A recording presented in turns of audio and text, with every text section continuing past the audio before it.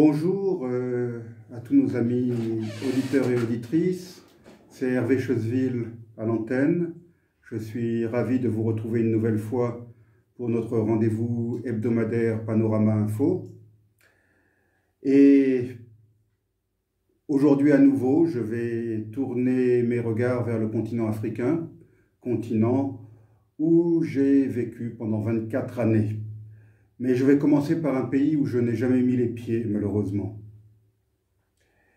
Pour donner, une fois n'est pas coutume, de bonnes nouvelles. En effet, les nouvelles d'Afrique ne sont pas toujours réjouissantes, malheureusement.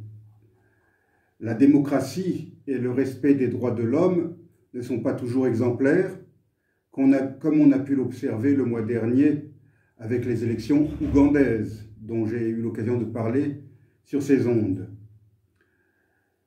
Les élections africaines manquent souvent de transparence et leurs résultats sont presque toujours contestés par les candidats déclarés battus. Les alternances démocratiques sont très rares et il arrive que des coups d'État militaires surviennent encore malgré la réprobation internationale qu'ils peuvent susciter, comme ce fut le cas au Mali l'an passé. Alors, quand un processus électoral est conduit jusqu'à son terme dans de bonnes conditions, je suis toujours heureux de le signaler sur ces ondes. L'un des pays les plus pauvres de la planète vient en effet de donner un bel exemple de maturité démocratique. Il s'agit du Niger. Cet exemple est remarquable pour plusieurs raisons.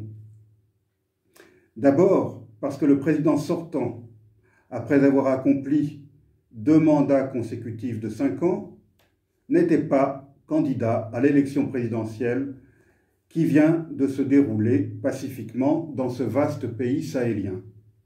Mahamadou Issoufou était arrivé au pouvoir par les urnes en 2011 et il avait été réélu en 2016. En refusant d'être candidat à sa propre succession, cette fois-ci, il a respecté la constitution de son pays, qui limite à 2 le nombre de mandats présidentiels. Cela pourrait paraître banal à nos auditeurs européens. En France, depuis la création du poste de président de la République, seul un homme est parvenu à accomplir 2 mandats entiers. Il s'agissait de François Mitterrand. Et personne n'a même songé à effectuer un 3e mandat, alors que la Constitution ne l'interdisait pas voici encore quelques années. En Afrique, ce respect de la Constitution et cette absence de volonté de s'accrocher au pouvoir sont tout à fait exceptionnels. Trop souvent, les présidents sont tentés de susciter une modification de la Constitution qu'ils avaient pourtant eux-mêmes promulguée afin de pouvoir se représenter. Le cas de l'Ouganda est en cela particulièrement caricatural, puisqu'à 2 reprises, pour pouvoir se représenter, Yoweri Museveni a fait modifier la Constitution que son propre régime avait pourtant rédigée. La première fois, ce fut en 2006, afin de supprimer la clause qui limitait à 2 le nombre de mandats. Et la seconde fois en 2020, afin d'éliminer cette ennuyeuse limite d'âge qui était fixée à 75 ans. C'est grâce à cette dernière astuce que Museveni, arrivé au pouvoir par la force en 1986, a pu se représenter pour un 6e mandat de 5 années, et c'est en réprimant l'opposition, en empêchant son principal rival de faire campagne, qu'il est parvenu à se faire réélire dans des conditions plus que douteuses au début de cette année. Je pourrais aussi citer le triste exemple du Cameroun, où Paul Biya se fait constamment réélire pour des mandats de 7 années depuis sa première élection qui remonte à 1982. Cet homme, qui a eu 88 ans le 13 février dernier, qui a passé près de 40 années au pouvoir, n'a toujours pas indiqué le moindre désir de prendre une retraite pourtant bien méritée. Son collègue du Congo-Brazzaville non plus.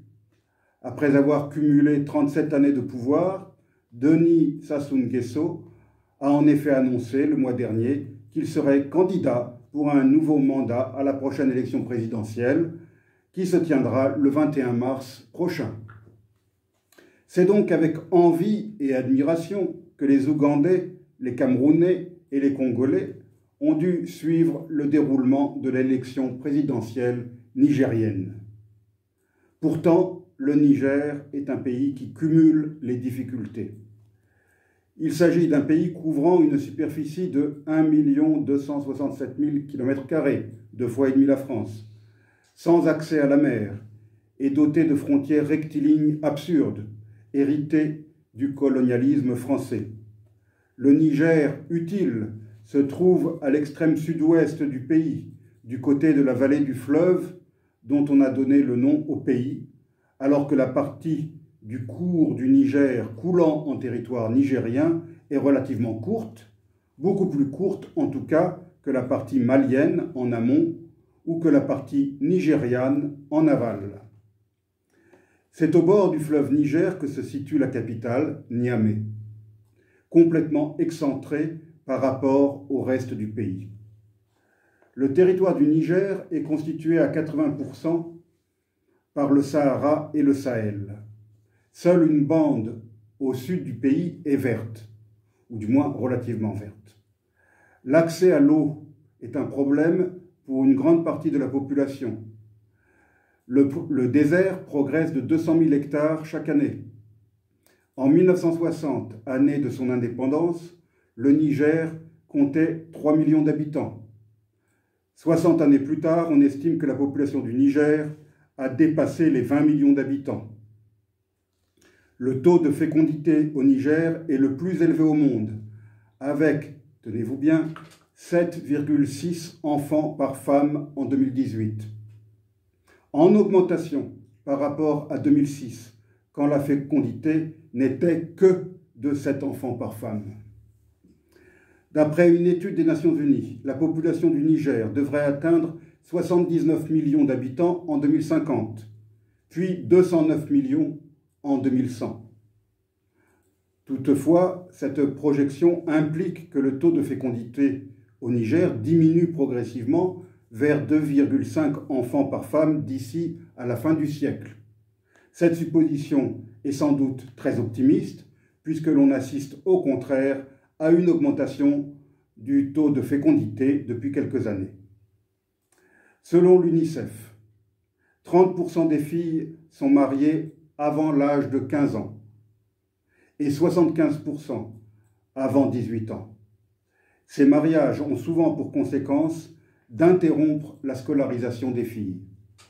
La forte croissance démographique s'explique donc par un taux de fécondité très élevé, par la jeunesse de la population, l'âge moyen n'est que de 15 ans, un faible niveau d'éducation et une société patriarcale où les hommes travaillent au champ, 79% de la population en zone rurale, tandis que les femmes restent au foyer, ou alors elles font aussi du maraîchage.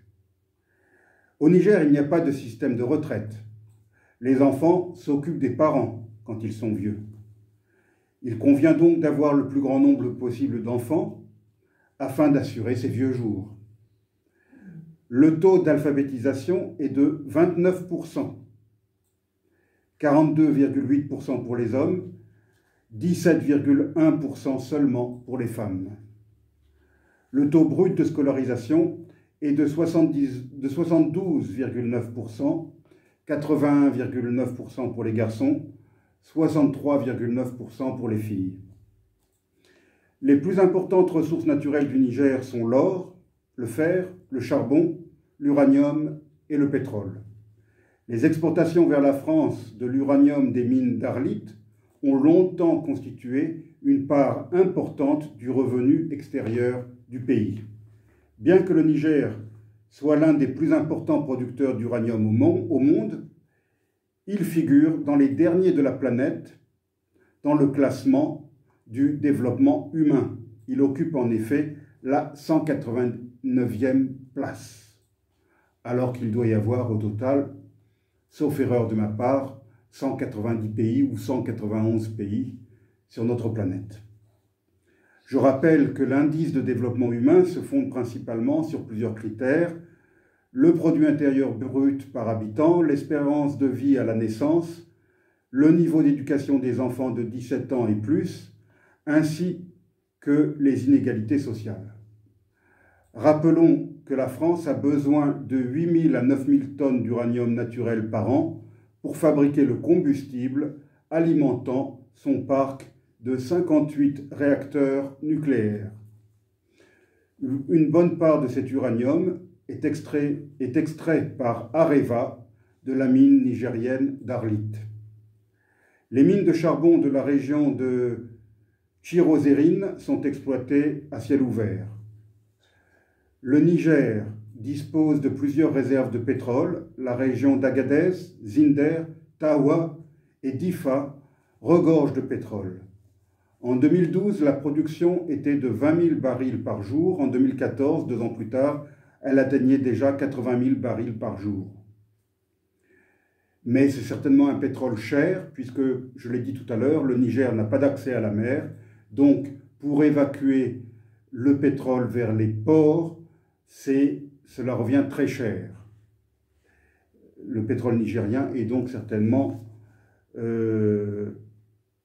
a certainement un coût assez élevé. L'agriculture demeure le secteur économique qui mobilise la plus grande partie de la population, 90%. Le produit intérieur brut par habitant est de 1 200 $. Structurellement insuffisante, cette agriculture, qui est surtout composée de céréales, cette agriculture donc peine à suivre l'augmentation de la population de 3,3% par an. La production agricole est périodiquement affectée par des années de sécheresse et par des invasions de criquets. Les dernières ont eu lieu en 2000, 2004 et 2009. En 2004, les deux fléaux ont frappé ensemble le pays et cela s'est traduit par une grave crise alimentaire, c'est-à-dire une famine, début 2005. Les principales céréales produites sont le mil et le sorgho, qui sont 2 céréales relativement résistantes au climat aride et au manque de précipitations. La vie politique nigérienne depuis 1960 a été ponctuée par des coups d'État militaires, le premier ayant renversé le père de l'indépendance, Hamani Diori, en 1974. Le coup d'État le plus récent date de 2010. Après des élections reconnues comme libres et transparentes par les observateurs, en mars et avril 2011, Mahamadou Issoufou a été élu. Il a été réélu lors de l'élection présidentielle de mars 2016. L'impact du renversement du colonel Kadhafi a été durement ressenti au Niger, pays frontalier de la Libye. Comme les autres pays sahéliens, le Niger subit des incursions de groupes armés islamistes affiliés à Al-Qaïda ou à l'État islamique, qui ont mené de nombreuses attaques en territoire nigérien.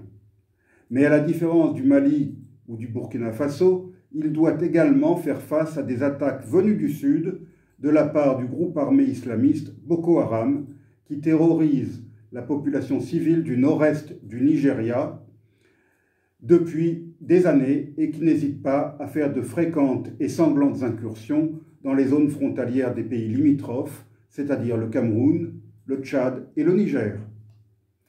C'est donc ce pays cumulant les handicaps, situé dans cette bande sahélienne infestée de groupes terroristes transfrontaliers, c'est donc ce pays qui est en train de donner une leçon de démocratie et de transition pacifique au reste du continent, en pleine crise de Covid-19, laquelle crise servant trop souvent de prétexte pour renforcer des régimes déjà autocratiques ou dictatoriaux.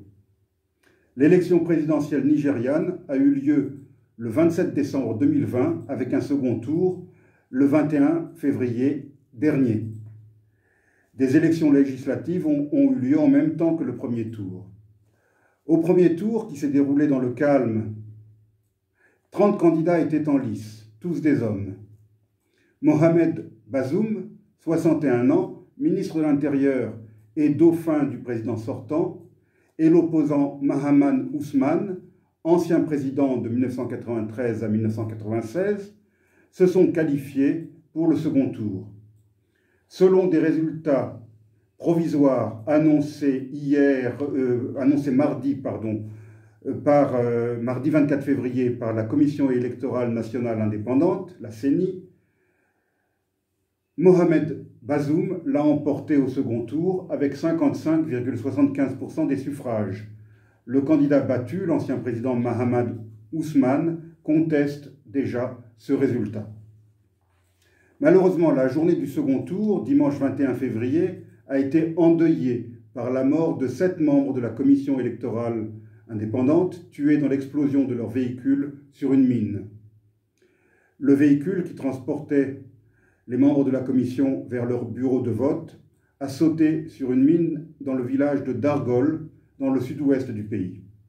Ce drame rappelle les graves menaces qui continuent à peser sur le Niger.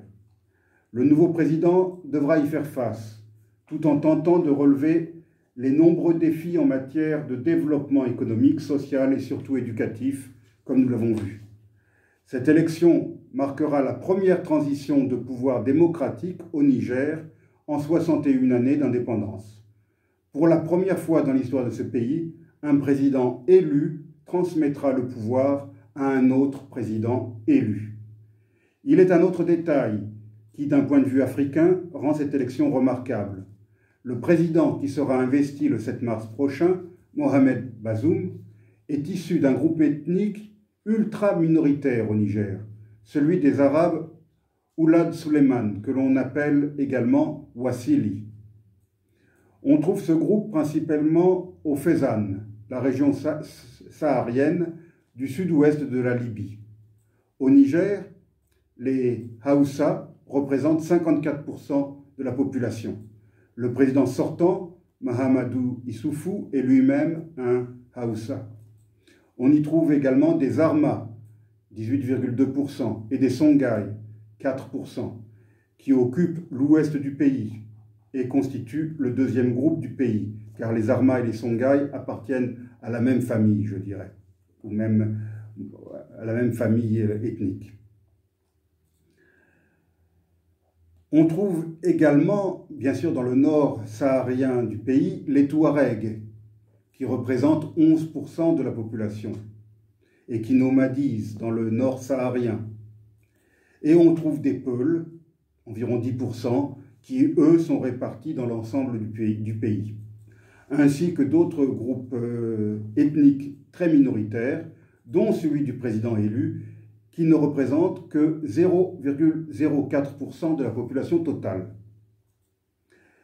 J'ai toujours dit à mes amis africains que le jour où dans un pays, un candidat issu d'une ethnie minoritaire sera élu président de la République, alors oui, on pourra dire que la démocratie s'est enracinée dans ce pays.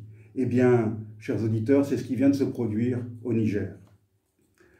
Il m'est impossible de terminer cette émission hebdomadaire sans évoquer le terrible drame qui s'est déroulé dans la province du Nord Kivu, à l'est de la République démocratique du Congo, lundi 22 février. L'ambassadeur italien Luca Attanasio, son garde du corps et un chauffeur du Programme alimentaire mondial ont été tués alors qu'ils allaient dans le secteur de Rutshuru, au nord de Goma, dans un convoi du Programme alimentaire mondial, l'organisation pour laquelle j'ai longtemps travaillé. L'ambassadeur était en route pour visiter un projet du PAM de soutien alimentaire à des écoles. Que s'est-il réellement passé? Les informations sont contradictoires. Le convoi aurait été arrêté par des hommes armés qui auraient tenté d'enlever l'ambassadeur. Remarquez que j'utilise le conditionnel.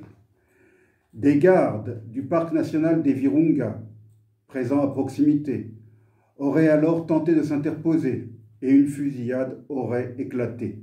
J'utilise toujours le conditionnel. Grièvement blessé par balle à l'abdomen, le diplomate a été ensuite évacué vers un hôpital de Goma dans un état critique, selon une source diplomatique citée par l'agence France-Presse.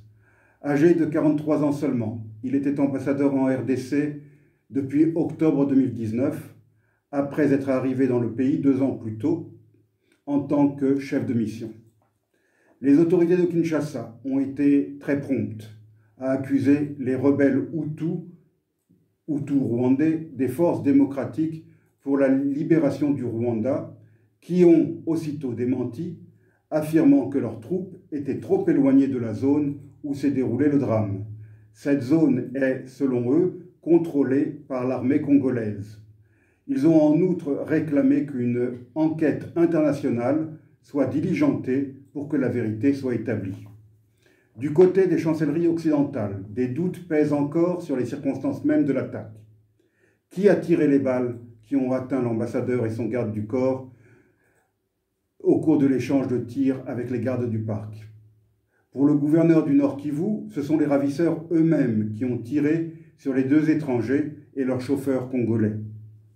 Le secrétaire général de l'ONU, Antonio Guterres, a demandé au gouvernement congolais d'enquêter rapidement sur cette attaque odieuse d'une mission conjointe sur le terrain et de traduire les auteurs en justice.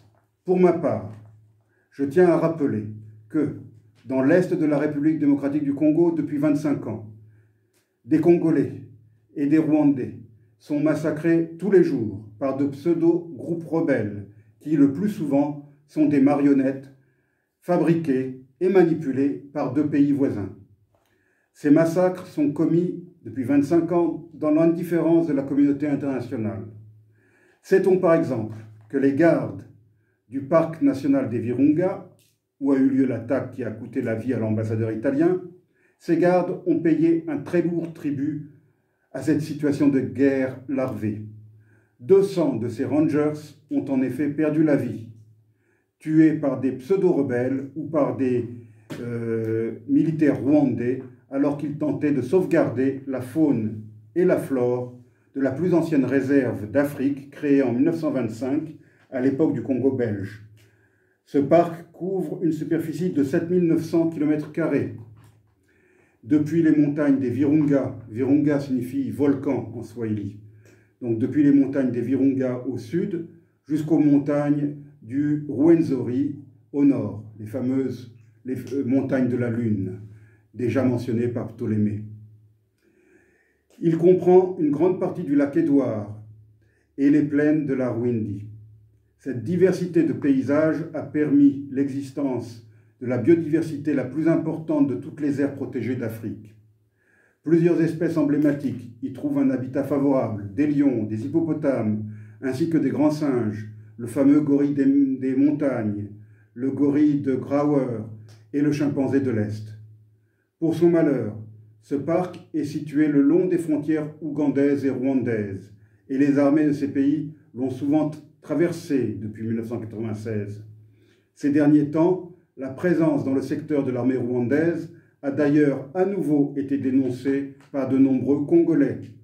Certains ont d'ailleurs indiqué que le lieu du drame qui a coûté la vie à l'ambassadeur est situé tout près d'un camp militaire rwandais et de la frontière du Rwanda. Ce serait donc une erreur de pointer du doigt trop rapidement les rebelles Hutus rwandais des FDLR. D'autres pourraient être à l'origine de cette tragédie. Voilà, chers amis auditeurs, mon petit tour de l'actualité africaine qui a commencé par être optimiste avant de devenir tragique. Je vous remercie pour votre attention et je vous dis à la semaine prochaine.